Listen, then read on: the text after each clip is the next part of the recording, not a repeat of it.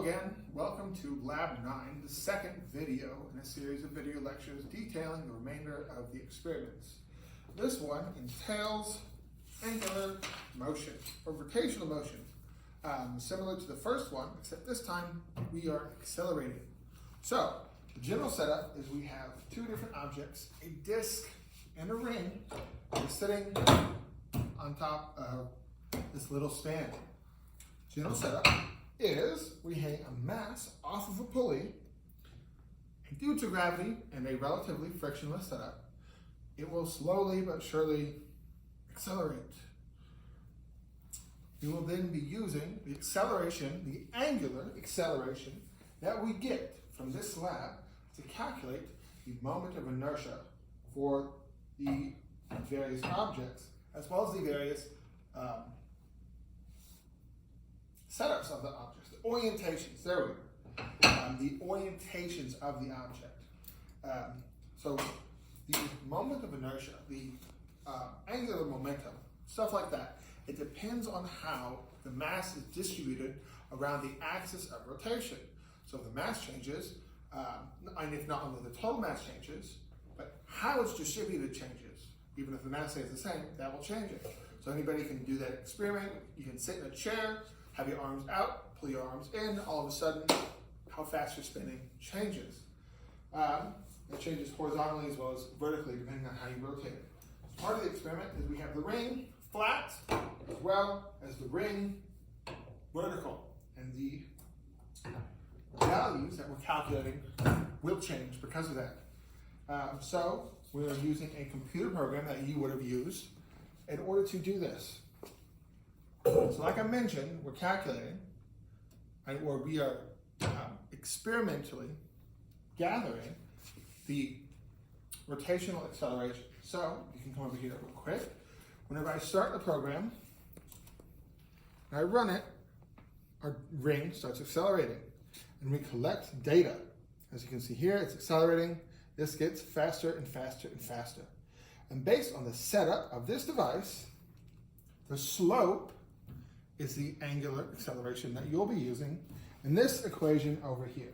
So for every experiment, ring flat, ring vertical, ring and disc at the same time, you would accelerate this down and get a slope. You would plug that slope in over here. Here we have our inertia, a complicated equation that is not in your book.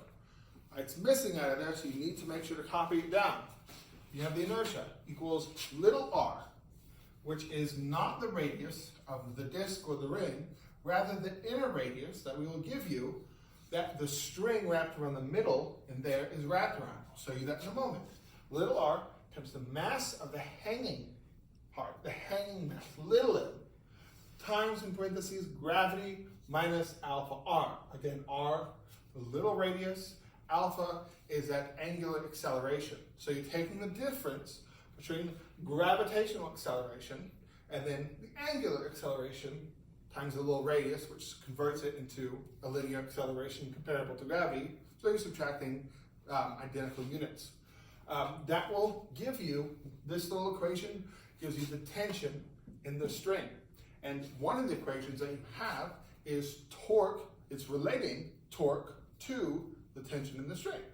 And then there's another equation that relates torque thereby after to the moment of inertia. So it's sort of combining those things. So this is the equation that you really need to use. So all of the experimental values for the moment of inertia for all the devices use this. Little r times little m times g minus alpha r, little r again, all over alpha again. So super important, make sure you copy this equation down. So going back over to the device, this is the inner radius, little r, where the string is wrapped around. This is the one that the string is pulling and accelerating this device for. As well, for the theoretical values for acceleration, and for not acceleration, the moment of inertia, you have on page 129, you have various values. You have 1/4 big M times big R squared for the ring. For the disc, you have 1/2 big M times R1 squared plus R2 squared. So the 1/2 basically makes this the average of the square of the radiuses, in essence, where R1 is the inner radius and R2 is the outer radius. So we would take this diameter and this diameter divided by 2, and take the average of those squared.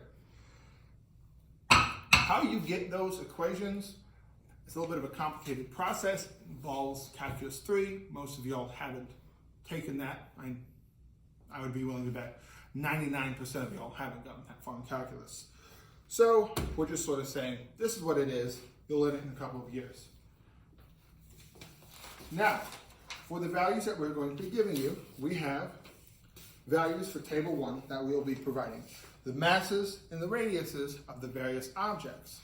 Table 2, we'll be providing for you the hanging mass as well as a frictional component that we're already sort of calculating for you, and the slope that will be going through the process and getting some fairly precise values for you, as well as the radius of the inner pulley. So we will be providing all the data necessary for you to then do the calculations. On page 133, there's this table. It is the theoretical and experimental calculations as well as the percent difference for all of those. You'll be doing those on your own. So you need to fill these out, and in the little tiny report that you're going to be doing for everything, you need to include those along with your pre-lab. You can have the pre-lab questions. You're going to have the little analysis of the results, the experimental and theoretical inertia, and then as well, just filling the rest of these questions out.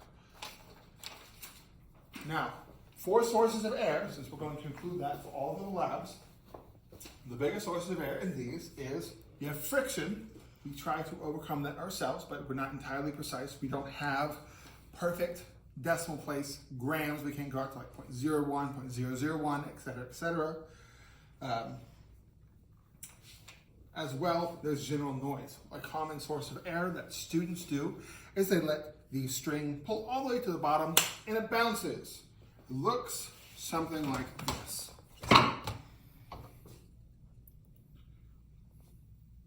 It will, if I can get this on accurately, it bounces and makes a huge spike in the data. And the data averages everything out.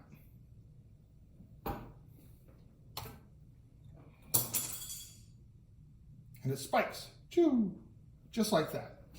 And so if this went out, go, go, go, spike up, and then fall down. That happens more often than not.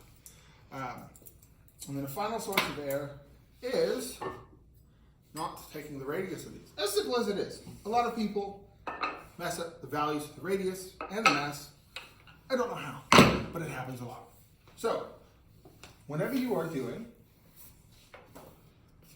this, make sure you use the appropriate radius.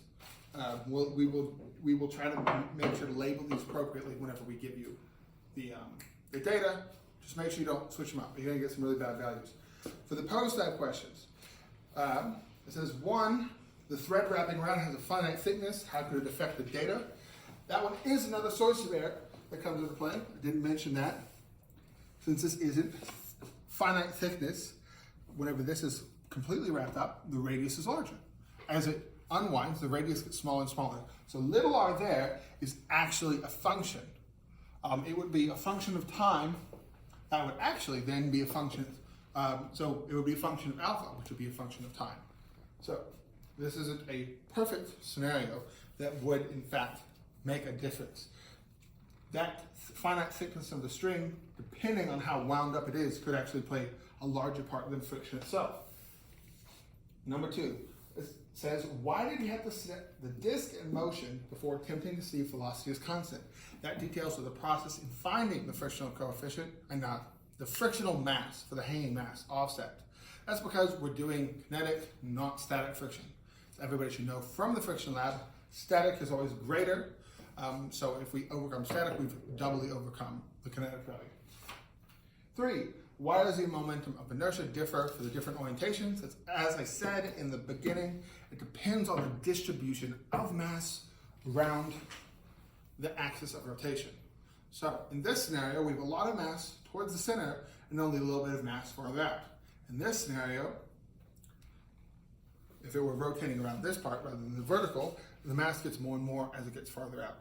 It doesn't really have that vertical distribution. So it really changes. The only time you're not going to get a change on the rotation is if you're perfectly symmetrical, such as a sphere. Can't really think of anything else, so that'll be it. See you next time.